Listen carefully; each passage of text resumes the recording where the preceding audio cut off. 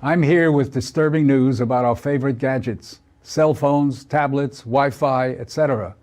Putting it bluntly, they are damaging the living cells in our bodies and killing many of us prematurely.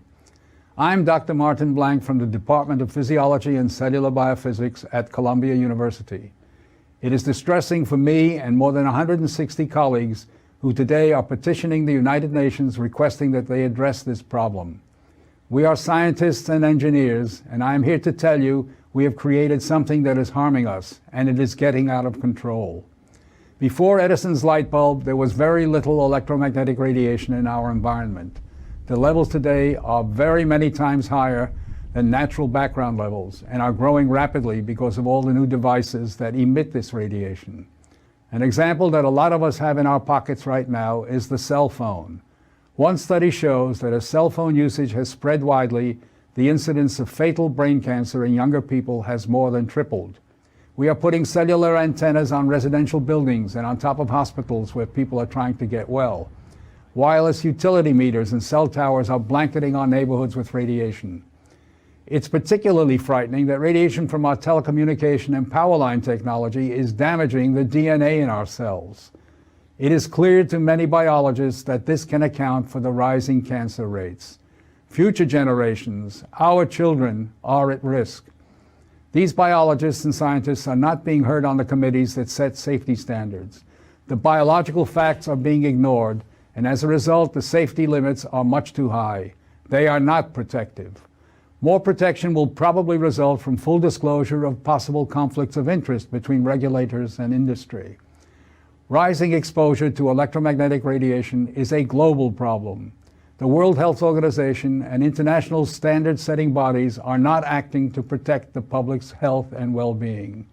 International exposure guidelines for electromagnetic fields must be strengthened to reflect the reality of their impact on our bodies and in particular on our DNA.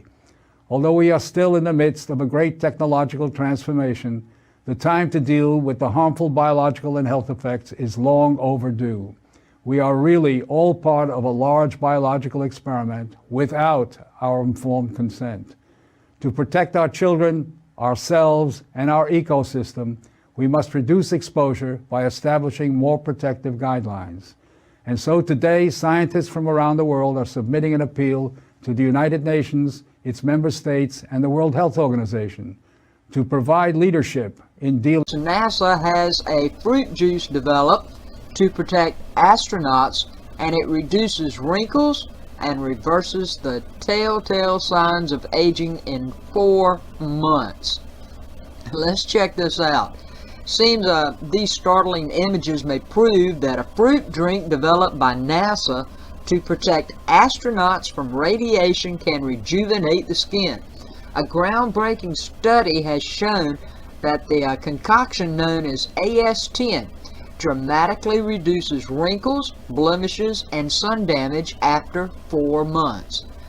美国太空总署 NASA 开发出这一款特调果汁，原本是为了减少太空人受到辐射伤害，没想到意外发现有美容效果。